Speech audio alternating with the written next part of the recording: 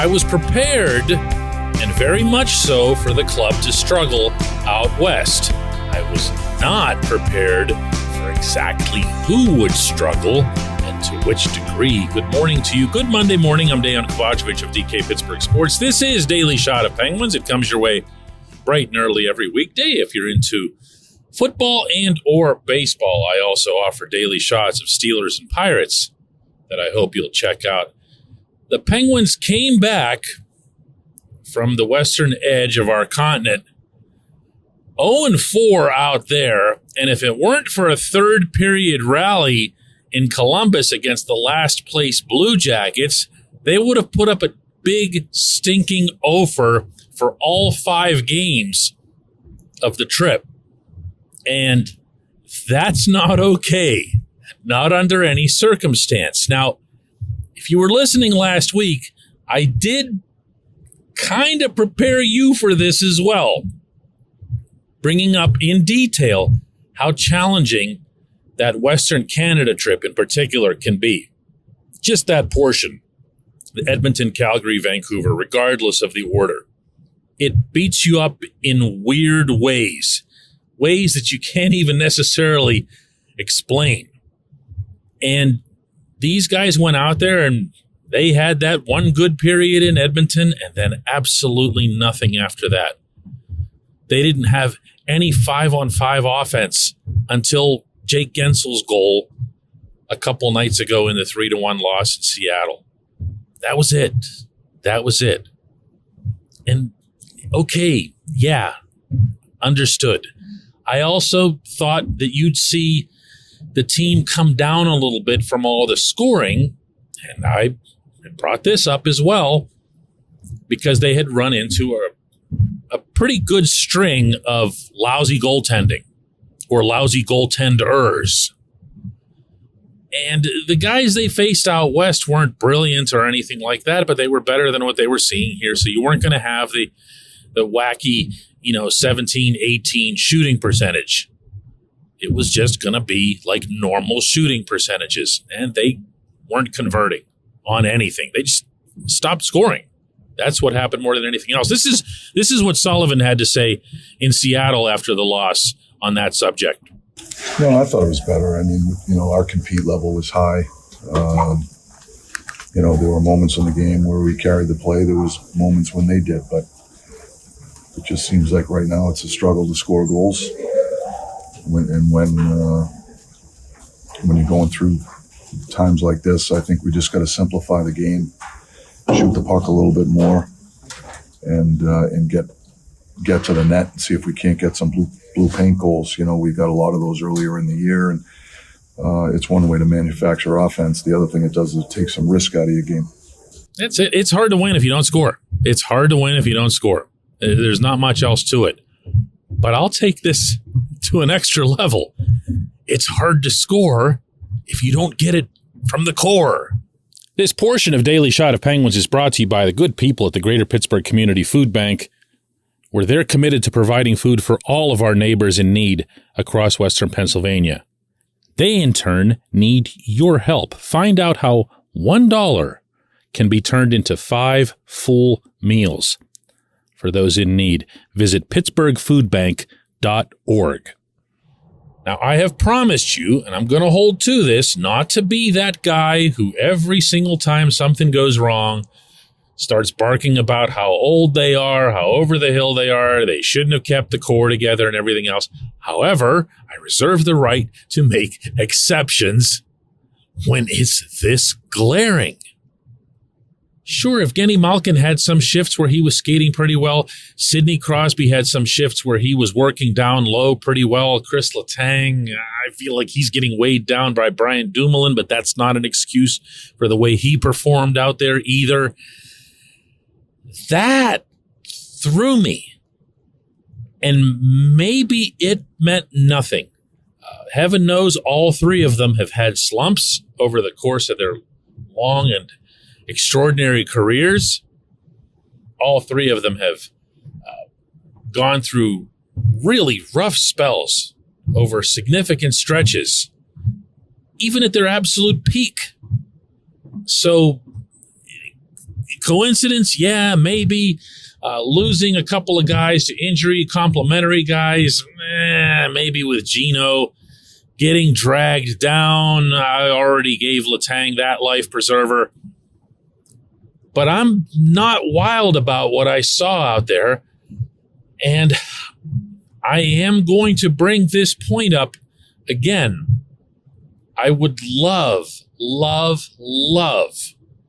for the Pittsburgh Penguins, who've pioneered a lot of concepts along the way toward winning 5 Stanley Cup championships, to be that team that says, we aren't doing this anymore. We're not playing our older guys in every bleeping game just because that's what the hockey culture dictates. We're not using them in every practice. We're not allowing them to go out for morning skates unless they really make some strong case as to why they should. And you preserve your assets for when you need them most. When you need them most is most definitely not October in Western Canada. Would you take some heat for it? Sure. You'd hear from whichever city got hosed out of seeing Sid, whether it's Edmonton or Calgary or Vancouver or Seattle. And who cares? They're the Pittsburgh Penguins. Make sure that they play in the games that are played in Pittsburgh. Otherwise, do what's best for the player and do what's best for the team. Would the players feel, slighted based on individual goals or this or that or 999 this, and they need one more, but they'll have missed out because of that one time you sat them in Calgary or whatever? Hey, they're the ones, and I believe them, who say that the reason they're in it now is to win. They've already gotten all their individual accolades and honors and trophies and everything else. They signed at lower rates, all of them, every last one of them, for the purpose of winning, for the stated purpose of winning. Okay, so do what would be best toward winning. The team can and will make the playoffs, even if Sid, Gino, Letang, Jeff Carter, Jeff Petrie get cycled in and out of the lineup, especially on a trip like this. When we come back, J1Q.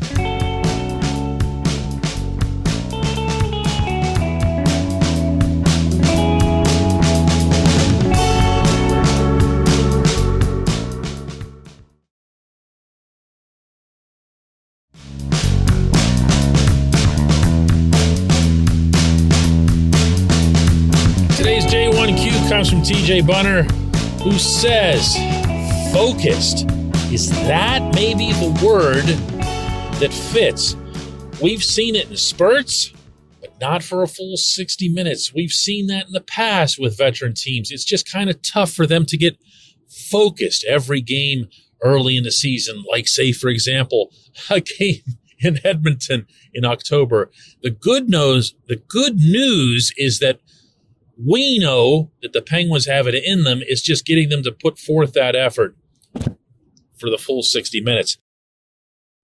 And I like where you're headed here, TJ. I think of focus as more of a symptom than a cause. To me, and this doesn't just apply to hockey, but in life, we are always at our most focused when we're what? Yeah, we're rested.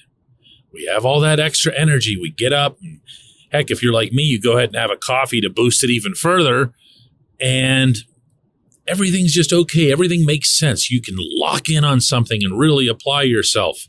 Like, for example, an October game in Edmonton.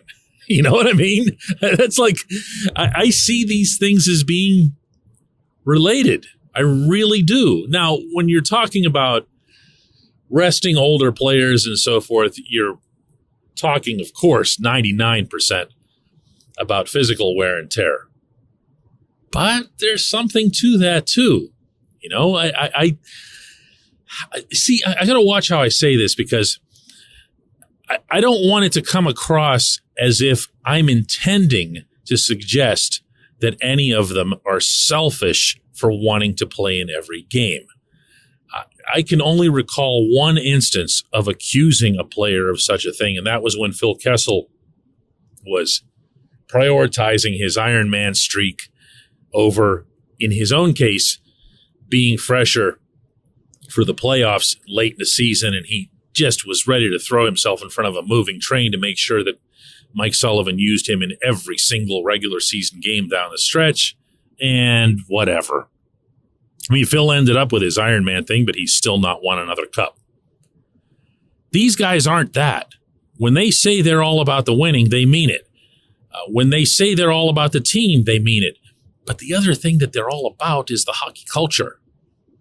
These are not rookies. They're not in a position to be pioneers in any regard. That's just not their mindset. They've been doing this all their lives. And part of the pride that's involved, and you might remember when Sid finally had his first full regular season, which was not all that long ago, off the top of my head, he was really proud. I was there that night. He was beaming in the locker room over this, like in a way that you would not expect from Sid. This was something that he really wanted to achieve. Okay, well, he did. Awesome. Great. Now, how about having a seat while the team does its part to get you into the playoffs? As I've said many times, doesn't matter where you finish in the regular season. It really doesn't. Matchups don't matter. Home ice, really, when you break it down, doesn't matter that much. Just get there. And then, once you get there, have the best, healthiest, most energized, and yes, focused team that you can.